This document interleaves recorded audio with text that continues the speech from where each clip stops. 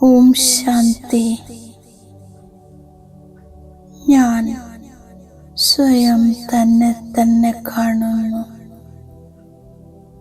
ഭൃഗുടി കുടീരത്തിലിരിക്കുന്ന ഞാൻ ഒരു ചൈതന്യ ആത്മാവാണ്.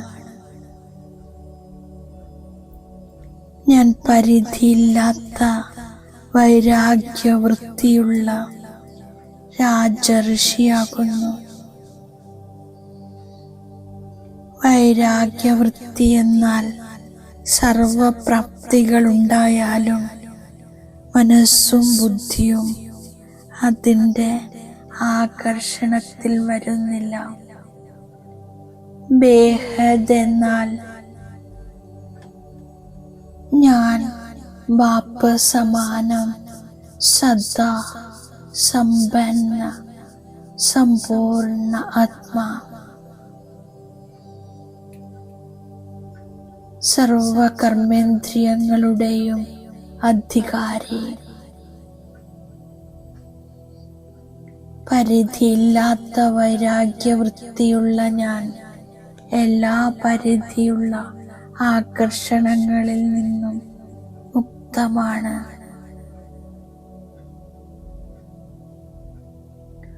ഞാൻ ബാപ്പ് സമാനം സമ്പന്ന സമ്പൂർണ്ണാത്മാ.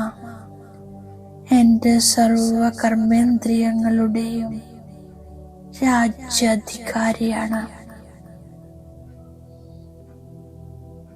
മനസ്സും ബുദ്ധിയും സംസ്കാരവും ഈ സൂക്ഷ്മ കർമ്മേന്ദ്രിയങ്ങളുടെയും അധികാരിയാണ്. ഇപ്പോൾ സങ്കൽപ്പത്തിൽ പോലും അധീനതയില്ല. സദാ പരിധിയില്ലാത്ത വൈരാഗ്യവൃത്തി. ഈ ദേഹം, ദേഹത്തിൻ്റെ ലോകം, വ്യക്തഭാവം, വൈഭവങ്ങൾ, ഈ സർവ്വതിൽ നിന്നും ഞാൻ ദൂരെയാകുന്നു. ശാന്തിയുടെ സാഗരൻ ഞാൻ ആത്മാ. സൈലൻസിന്റെ ശക്തിയിൽ സമ്പന്നമാകുന്നു.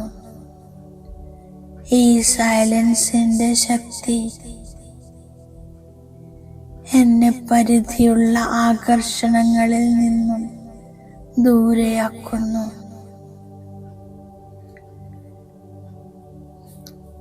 ഏത് സമയത്ത് ഏത് സങ്കല്പം, ഏത് സംസ്കാരം ഇമർജ് ചെയ്യാൻ ആഗ്രഹിക്കുന്നു, അതേ സങ്കല്പം ഇമർജാകുന്നു. ഞാൻ പരമധാമ നിവാസി ശ്രേഷ്ഠാത്മാവാണ്. ഈ സങ്കല്പത്തിൽ ഏതാനും നിമിഷങ്ങളിൽ ഞാൻ സ്ഥിതമായിരിക്കുന്നു.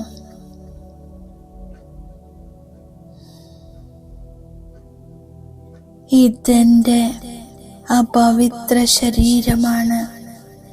ഇതുപേക്ഷിച്ച് തിരിച്ചു വീട്ടിലേക്ക് പോകണം. ഈ സ്മൃതി സദാ ഇമർജായിരിക്കുന്നു. ബാബയെയും സമ്പത്തും ഓർമ്മിക്കുന്നു, മറ്റൊന്നും ഓർമ്മയിലില്ല.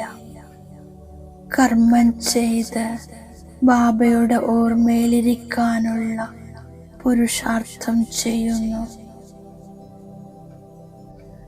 അപ്പോൾ പാപങ്ങളുടെ ഭാരമിറങ്ങുന്നു. ആത്മാവ് തമോ പ്രധാനത്തിൽ നിന്നും സദോ പ്രധാനമാകുന്നു. ഈ അല്പസമയത്തിനുള്ളിൽ ഞാൻ യോഗബലം ശേഖരിക്കുന്നു. എങ്കിൽ അന്തിമ സമയത്ത് പ്രയോജനപ്പെടും. ഞാൻ ശിവബാബയെ തിരിച്ചറിഞ്ഞിരിക്കുന്നു.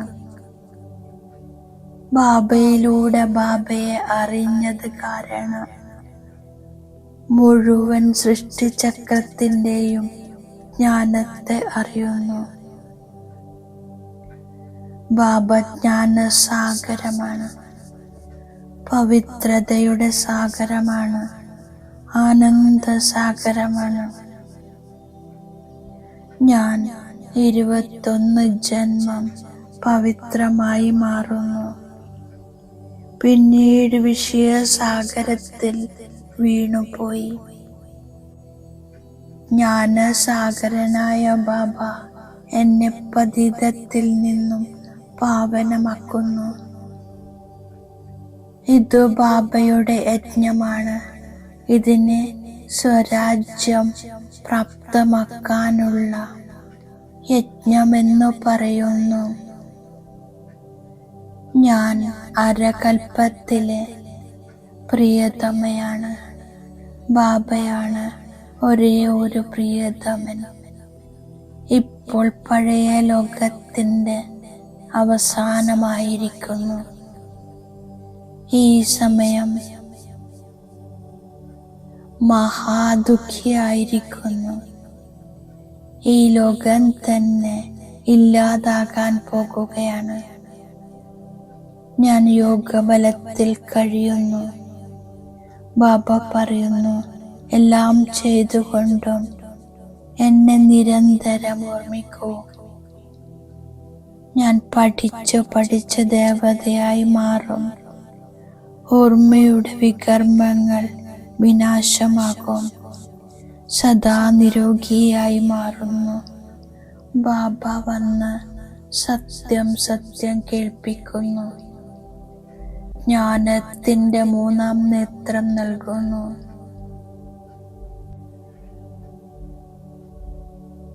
ബാബയിലൂടെ സൃഷ്ടിയുടെ ആദി മധ്യ അന്ത്യത്തെ അറിയുന്നു. ഇതാണ് അമരകഥ.